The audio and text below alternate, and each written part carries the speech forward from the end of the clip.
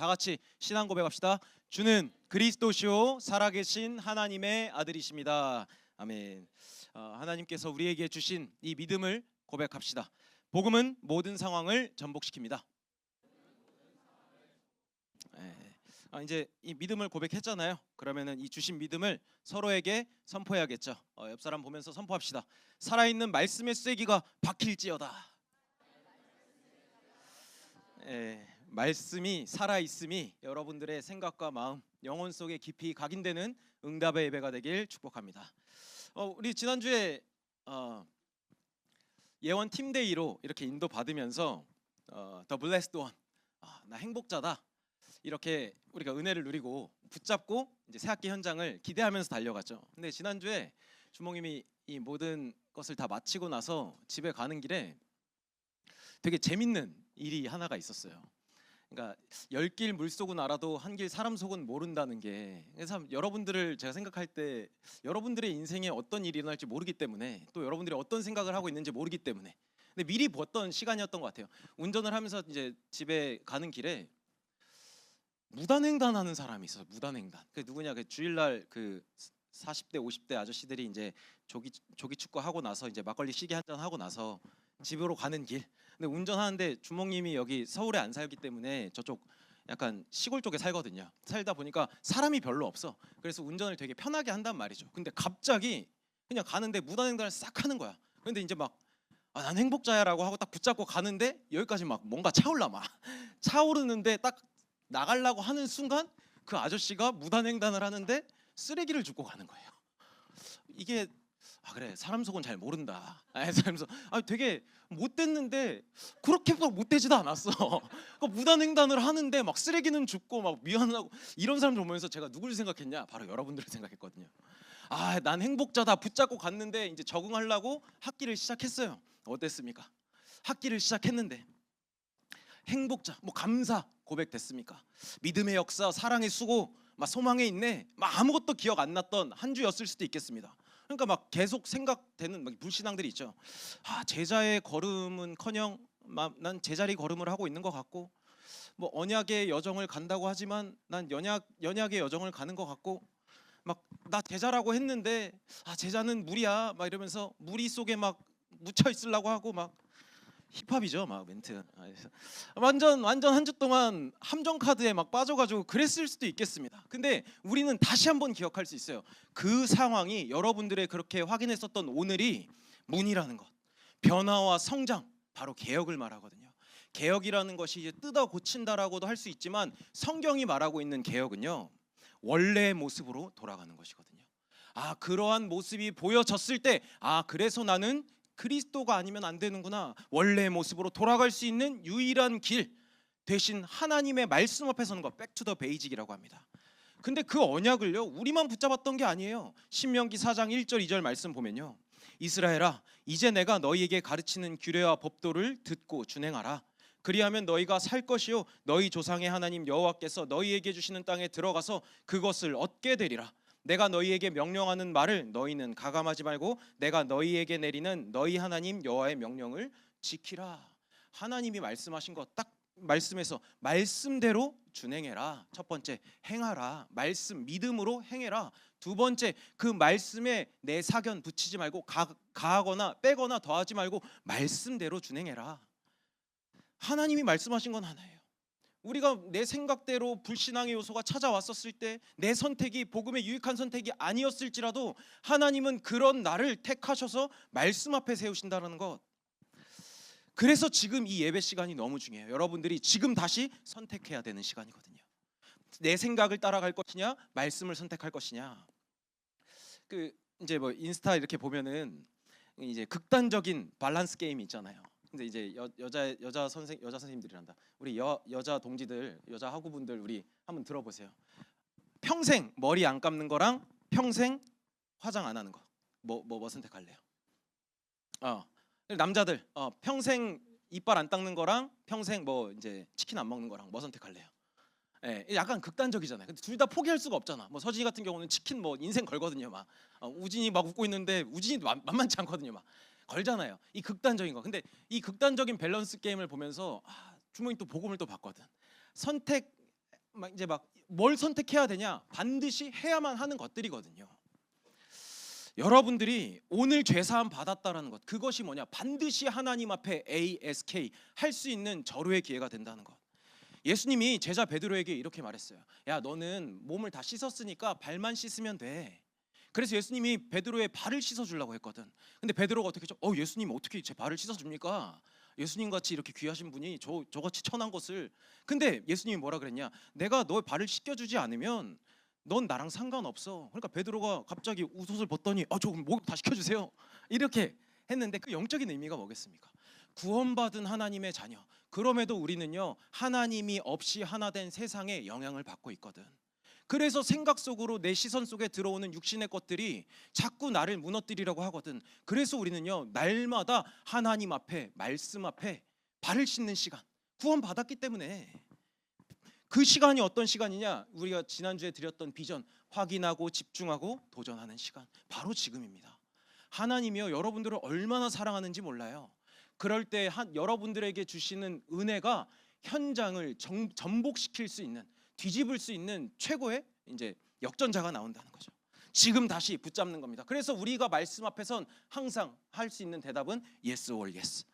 그래서 이 말씀을 붙잡고 확인하고 집중하고 도전하는 일에, 그래서 이 키트도 줬잖아요. 모래시계 30분. 그 30분의 시간을 나의 시간, 하나님과 독대하는 그 기쁨의 시간으로 열매 맺는 우리 사랑하는 고등국 되길 예수님의 이름으로 축복드립니다. 우리가 로마서 말씀을 주셨는데, 오늘 본문이 좀 역전자가 될 수 있는 하이라이트, 정점을 찍는 메시지이기도 합니다. 근데 이 로마서는요, 야, 네 이거 가지고 이 말씀 받았으니까 네 안 돼. 야, 눌려라. 눌려라고 주신 복음이 아니라 누리라고 딱 주신 복음이죠. 오늘 좀 힙합입니다. 누리라고 딱 주신 복음이거든요.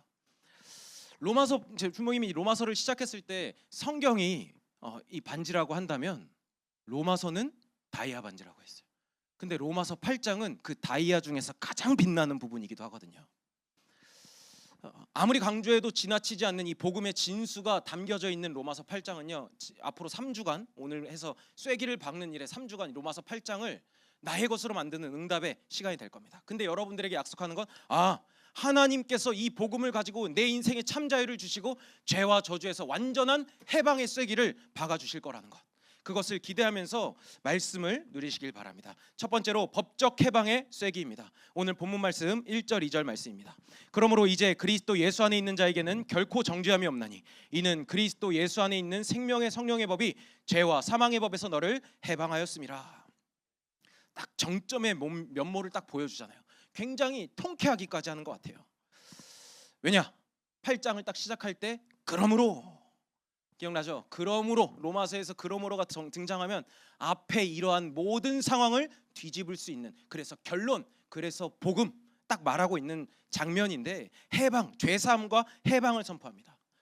어떤 죄사함과 해방을 선포하는지를 우리가 딱 쐐기를 받고 가져가야 되겠는데, 모든 사람이 하나님의 말씀에 불순종할 수밖에 없어서 모든 사람이 죄 아래 있게 되었다는 것, 그 결과 모두가 죄인, 첫사람 아담의 범죄로 인해서 전적 타락, 무능해서 부패할 수밖에 없는 삶을 살아갈 수밖에 없는 죄와 저주 속에 갇힌 상태. 근데 이것을 로마서를 누가 기록했죠? 바로 전도자 바울입니다. 바울이 어떤 고백을 하냐? 바울이 어떻게 이 고백을 할 수 있냐? 자신에게 있었던 체험적 고백을 말하고 있거든요. 이제 주목님이 읽어드리겠지만 앞서 7장 22절에서 24절 말씀 보면 바울의 체험을 고백하고 있어요. 바울이 어떤 사람인데요? 가말리아 문화생에다가 최고의 로마 시민권자에다가 그리고 초대왕 사울 왕의 족보 속에 있었던 왕족 순수 혈통이었거든요. 근데 그 바울의 체험적 고백입니다.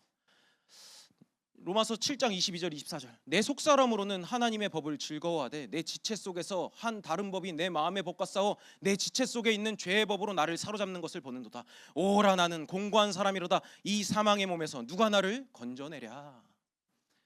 그리스도를 만나서 누렸었던 바울의 체험적 고백이에요. 내 마음은 하나님의 은혜로 충만하기를 간절히 원하는데 내 육신이 연약하여서 이 죄의 법이 나를 자꾸 사로잡는데 난 이걸 이길 힘이 없어. 난 이렇게 연약해. 바울의 오늘이 우리의 오늘과 같죠. 지난주의 오늘과 같지 않습니까? 그런데 우리는 답을 가지고 있습니다. 현실에서 느껴지는 벽인 줄 알았었던 이러한 문제들이 벽처럼 느껴졌는데 하나님과 통할 수 있는 문이라는 것. 우리는 그래서 이게 이러한 어려움들을 하나님이 뭐라 그러냐? 인정하냐? 인정하냐? 바로 이 다음 띄워주시겠어요? 하면 저 인정? 저 비읍 시옷 이용 뭐죠? 이게 우리 또 이제 체질적으로 신하 이런 거 같죠? 근데 인정해 안 해? 아니면 뭐예요? 불신앙? 불신앙이죠. 불신앙. 여기 불신앙가 아니라 불신앙? 인정할 거야? 아니면 불신앙할 거야? 오늘 힙합이라고 했습니다. 테스트거든. 테스트. 지금 여러분들의 눈앞에 보여지는 어려움들 앞에서 하나님 앞에서 인정할래? 아니면 신앙할래? 신앙? 이렇게 되는 거예요. 불신앙할래? 이렇게 되는 거죠. 근데 이제 이런 요즘 이제 우리 세대, 그러니까 여러분들이랑 저랑 같은 세대잖아요, 그렇죠? 같은 세대를 이제 살아갈 때, 아니 그래도 개탄스러운 한숨은 좀, 예, 예, 예. 그러니까 하나님께서 지금 이 그 벽처럼 느껴지는 것을 문으로 보여주시면서 하나님의 메시지가 뭐냐면, 내가 너랑 같이 있는데, 기억 안 할 거야? 내가 너랑 같이 있다라는 거 기억 안 할 거야? 이거거든요. 근데 이 승부근성을 자극하는 그리고 또 긁는 한마디가 우리끼리 이제 있는데 그 있잖아요. 쫄? 쫄 맞나요? 뭐 이제 뭐 쫄? 이러면은 이제 남자들은 이제 발작 딱 하잖아요. 긁는 걸. 하나님이 지금 나한테 딱 말하는 거예요. 딱 그 문제를 주면서 야 쫄? 이렇게 하나님 나한테 말씀하시는 거거든. 내가 너랑 같이 있는데 그거 기억 안 할 거야? 그래서 저거 인정. 우리가 해야 될 것은 인정하는 거거든요. 인정. 8장 3절 4절 말씀 볼까요? 바울의 고백입니다. 율법이 육신으로 말미암아 연약하여 할 수 없는 그것을 하나님은 하시니 곧 죄로 말미암아 자기 아들을 죄 있는 육신의 모양으로 보내어 육신의 죄를 정하사 육신을 따르지 않고 그 영을 따라 행하는 우리에게 율법의 요구가 이루어지게 하려 하심이니라. 바울이 답답했던 게 이거예요. 나는 말씀대로 살고 싶은데 내 마음은 그렇게 원하는데 내가 세상에 살다 보니까 자꾸 이게 안 돼. 말씀대로 살고 기도하는 삶을 살고 싶고 하나님과 독대하고 기도하면서 하나님의 인도 받고 싶은데 그게 잘 안 돼. 그래서 인정하는 겁니다. 내 평생에 그럼에도 불구하고 예수 그리스도가 되심이 나에게는 너무나도 필요해. 하나님이 원하시는 거 그거 기억하기를 원하시는 거거든요. 오늘 여러분들이 지금 이제 노트에 이렇게 기록할 때 하이라이트 딱 하시길 바랍니다. 형광펜으로 쫙 그어 놓으세요. 그거 기록하면서 쐐기를 박는 거예요. 기억하는 거예요. 7번 읽기 공부 실천법 책이라는 게 있습니다. 7번 읽기 공부 실천법. 지금 30분을 하고 있는 그 태무에서 산 이거 손흥민 닮은 친구가 하나 있어요. 저기 드럼 치는 친구가 하나 있는데 동양고 가가지고 뭐 동양 이제 뭐 망했네 어쩌네 막 이렇게 하는 친구가 있는데 이름은 밝히지 않겠습니다. 근데 이 친구가 이제 30분 하면서 이 7번 읽기 공부 실천법 책이라는 것을 이제 저에게 요약하면서 보내줬어요. 여러분들 이제 한번 이게 좋은 소스라서 여러분들 공부하기로 결단했잖아요, 다. 그래서 공부할 때 이 공부 잘할 수 있는 이 방법을 조금 나눠드리겠습니다. 7번을 딱 읽는데 첫 번째는 눈에 띄는 단어 중심으로 딱 읽는다. 그리고 단어와 그 다음에는 단어와 숫자 중심으로. 그 다음은 가볍게 이 소제목 중심으로. 그 다음은 이제 그림과 도표를 좀 보면서 문장까지도 단어에서 이제 문장까지. 그리고 다섯 번째는 다음에 읽을 부분을 예상하면서 이런 게 있었지. 여섯 번째는 이제 그 전체 페이지 읽을 때 그 페이지를 요약하면서 일곱 번째는 읽기 전을 요약하고 읽으면서 요약이 잘 됐구나. 한 이렇게 읽으면 그 책을 이제 조금 습득할 수 있는 공부법이라고도 해요. 자, 7번이죠. 제가 이 얘기를 왜 했겠습니까? 이 7번 하는 이유가 뭐죠? 이것을 기억하기 위해서. 고등국에는요. 여러분들이 함께 예배 드릴 수 있는 이 7일 중에 하루밖에 없어요. 근데 이 7번 그냥 지금은 그냥 듣는 거예요. 그런데 여러분들의 6일 동안 뭘 하냐? 고등국 유튜브 채널이 있습니다. 말씀이 매주 하루에 한 번씩 이렇게 말씀을 들으면서 내가 놓쳤던 것을 기억할 수 있는 것. 심지어 데일리 에스크라는 카톡방도 이렇게 있잖아요.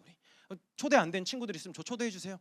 그럼 주목님과 이제 또 회장단이 여러분들을 또 섬기는 입장이기 때문에 매일 말씀을 기억할 수 있도록 기도문과 강단 요약본을 또 올려줍니다.